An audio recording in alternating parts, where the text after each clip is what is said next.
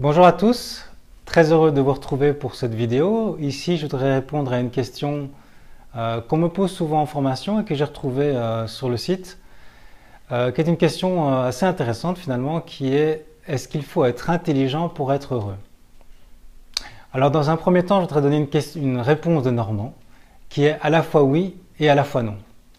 Alors, tout d'abord, je crois que le plus important, c'est non. Il ne faut pas être intelligent pour être heureux. Pourquoi ça? Parce que le bonheur ne dépend pas de critères comme l'intelligence, ni de critères comme le sexe, l'âge, l'expérience ou encore l'éducation. En fait, le bonheur est quelque chose qui est totalement intrinsèque à notre nature, qui est totalement naturel en fait.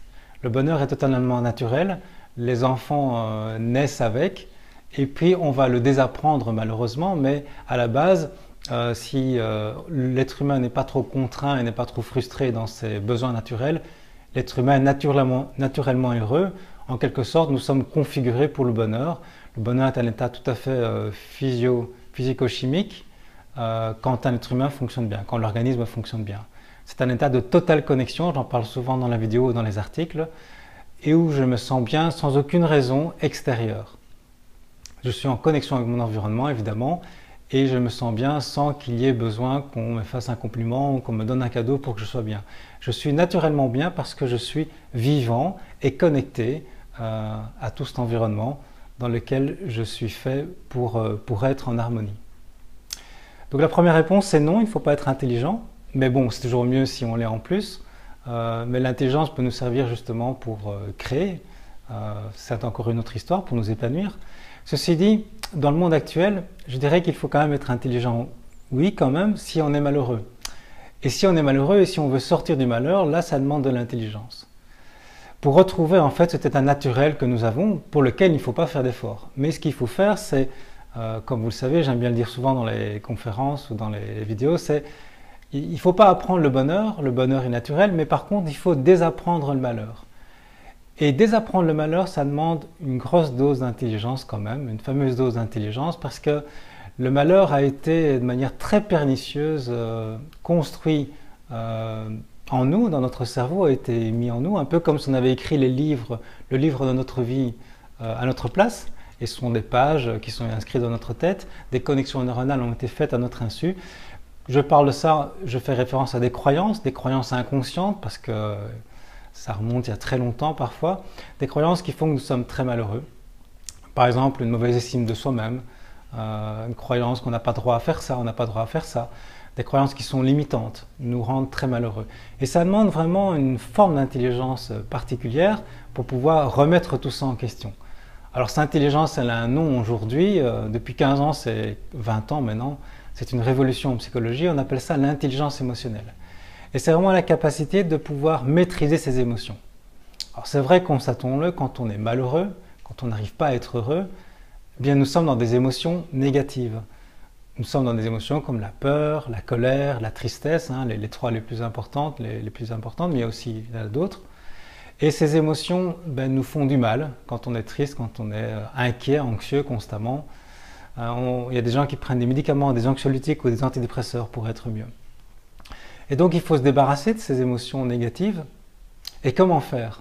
Et c'est là que l'intelligence émotionnelle intervient, qui apporte, si vous voulez, une sorte de processus logique où, dans un premier temps, c'est vraiment les compétences de l'intelligence émotionnelle, très rapidement, on va identifier ce qui déclenche en nous des émotions négatives. C'est le premier pas. Identifier qu'est-ce que je ressens également. Est-ce que je ressens de la colère ou est-ce que finalement, derrière, il n'y aura pas un peu de peur aussi? Et on le sait, et pour ceux qui ont fait les séminaires, vous le savez, à quel point les peurs sont énormes et sont nombreuses. Derrière les émotions de colère ou de tristesse, il y a souvent des peurs. Et la peur est reliée à quelque chose d'encore plus profond. Et donc on va essayer d'identifier ça aussi. On va, en l'exprimant, mieux comprendre. Comprendre, en fait, c'est aussi fondamental. Comprendre d'où viennent nos émotions, d'où viennent nos peurs. Elles viennent d'attentes et de besoins qui sont menacés ou qui ne sont pas du tout réalisés, qui paraissent impossibles, et donc de là sont générées des émotions de colère ou alors de tristesse. Encore faut-il savoir de quoi est-ce qu'on a besoin pour être heureux.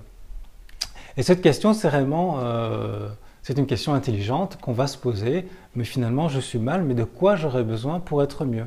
Je vous invite à vous la poser régulièrement. Dès que vous avez une émotion négative, c'est vraiment l'opportunité pour travailler sur vous. Vous pouvez dire merci à cette situation. Alors on travaille beaucoup sur nous dans la vie actuelle, surtout dans ce monde actuel. Voilà, on peut voir ce monde, cette vie comme un défi, comme un passage intéressant pour se développer. Et donc, à chaque occasion qu'il nous a donnée quand nous avons une émotion négative, c'est l'occasion d'exercer son intelligence et de se poser la question, cette fameuse question, mais finalement, de quoi j'ai besoin pour être bien? Et alors, on dit souvent en entreprise, dans les processus de gestion d'entreprise, qu'il y a une méthode qui s'appelle les 5 pourquoi. Les 5 pourquoi, c'est mais pourquoi je veux ça? Je suis touché émotionnellement, par exemple, parce que quelqu'un m'a fait une remarque ou parce que la personne n'est pas venue avec moi ou parce que je n'arrive pas à avoir ceci. Pourquoi je veux ça? Pourquoi ça me touche autant? Mais je veux ça parce que je veux ceci. Et pourquoi je veux ceci? Ou il ne vient pas, ça veut dire qu'il ne m'aime pas. Et pourquoi ça me touche autant qu'il ne m'aime pas? Et parce que je me retrouvais seul. Et pourquoi ça me dérange d'être seul? Et vous voyez, on va se poser des pourquoi. Alors ça, pas forcément 5, ça peut être 2, 3, 4 ou même 6 ou 7. À un moment donné, on va s'arrêter, on va trouver une vraie cause, un vrai besoin humain, qui peut être par exemple le sens de la vie, ou le plaisir, ou le besoin d'être fier de soi, besoin de sécurité, etc., etc. Et donc pour faire cette démarche de libération des émotions, il faut effectivement une certaine dose de lucidité, on peut parler d'intelligence, et ici particulièrement d'intelligence émotionnelle. Donc oui, il faut de l'intelligence pour s'en sortir, pour sortir du malheur, mais une fois qu'on a fait ça, le bonheur est totalement accessible à tout le monde, il n'y a pas d'effort à faire particulier, il est totalement naturel. Et à ce niveau-là, nous sommes tous égaux, quel que soit notre niveau de quotient intellectuel. Je vous invite donc, après cette vidéo, la première petite souffrance émotionnelle qui arrive, je suis certain, je vous fais confiance, et je me fais confiance pour ça aussi, qu'il y aura à un moment donné quelque chose qui va nous titiller, il y aura quelque chose qui va nous énerver, quelque chose qui va nous décevoir ou nous inquiéter. C'est l'occasion de travailler sur nous et de se poser ces questions, de prendre le temps, de vous isoler quelques instants et de méditer dans le sens originel du terme, c'est vraiment vous poser et de faire appel à ce processus d'intelligence qui est de se dire mais après quoi je cours et qu'est-ce que je crains? Quel serait le pire qui pourrait m'arriver? Quand j'ai trouvé le pire, en général, c'est facile de voir de quoi j'ai besoin. Et une fois que je sais de quoi j'ai besoin, mais que je le sais vraiment, que je ne me trompe pas, je ne suis pas dans des illusions, et bien là, une fois que j'ai rendu conscience de ce besoin, il est beaucoup plus facile d'être actif, d'être proactif et de s'en occuper, de prendre soin de soi. Ce qui demande effectivement une certaine dose de maturité et je vous invite tous à, comme je le fais moi-même, j'essaie de le faire tous les jours, d'avoir cette opportunité, dès qu'une opportunité se présente, je veux dire, d'une émotion négative, c'est de dire un stop, quelques instants, un petit stop, c'est l'occasion de grandir. Voilà, bonne croissance à nous tous et au plaisir de vous retrouver dans d'autres vidéos. Alors si vous avez aimé cette vidéo, cliquez sur j'aime et puis vous pouvez la partager aussi bien sûr. Et si vous avez des questions, avec grand plaisir, si je peux y répondre, je le ferai dans des articles ou d'autres vidéos. Bonne journée.